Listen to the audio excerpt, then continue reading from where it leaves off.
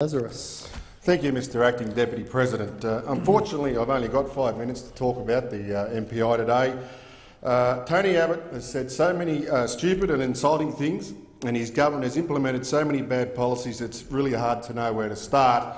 But I will kick off with my home state of Queensland. Is Queensland better off under the Abbott Government? I believe the answer is no. Has the Abbott Government done anything positive for Queensland? Again, I believe the answer is no. Do they have any ideas about how to help Queensland moving forward? And sadly, the answer is no. Order. Queensland has one of the highest unemployment rates in the country and is experiencing one of the worst droughts on record. And yet the government has done absolutely nothing. Senator Lazarus, just take your seat for one moment. Senator O'Sullivan, you've just had a full 8 minutes to make your point. Senator Lazarus has the right to be heard in silence. Thank you. Thank you, Mr Acting Deputy President. Queensland has one of the highest unemployment rates in the country and is experiencing one of the worst droughts on record. And yet the Abbott Government has done absolutely nothing to address these issues. We need infrastructure projects, improved roads, rail and public utilities. We need jobs growth and economic expansion. We need increased tourism, regional development and consumer and business confidence. We need clean, local reliable energy, renewable energy, more investment in clean energy and cuts to the power bills. But despite this, what has the Abbott Government done or what has it given us? I've jotted down a few things, Mr Acting Deputy President. The continued abuse of human rights by deliberately thwarting marriage equality in Australia, a cut in Australia's carbon emissions reduction target, a cut to Australia's renewable energy target. We are now the only country in the world to reduce an RET, and I think that's pretty embarrassing. A spend of $20 million on an advertising campaign to sell its free trade agreement with China, the signing of a free trade agreement with China which allows companies that have a 15% Chinese investor to import 100% overseas workers undermines Australians' safety and environmental standards and allows companies to sue the Australian government.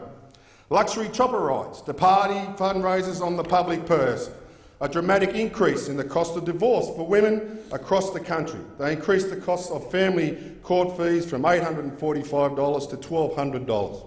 The establishment of a wind farm commissioner, because apparently wind turbines have been known to upset cows in some remote parts of Australia, even though coal seam gas mining is destroying land, farms, water and lives across rural and regional Queensland. Cuts to the pension for low and middle income earners without giving them any time to plan or prepare for those cuts. Cuts to arts funding by slashing the Australia Council's budget and setting up a George Brander slush fund for the minister's pet projects.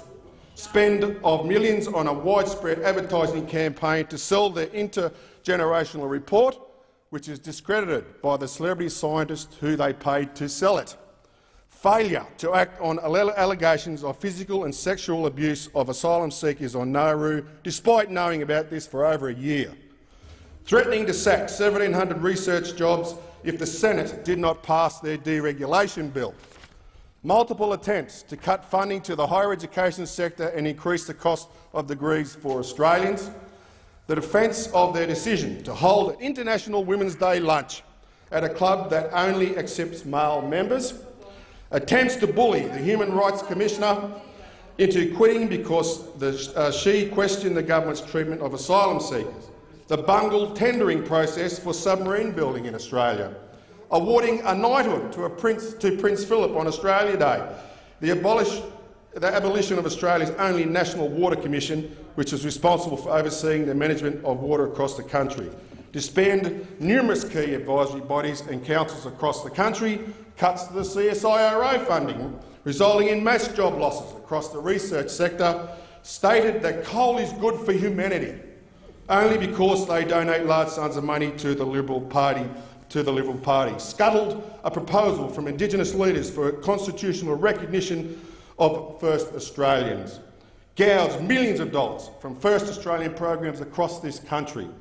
Said of First Australians that living in remote community is a lifestyle choice.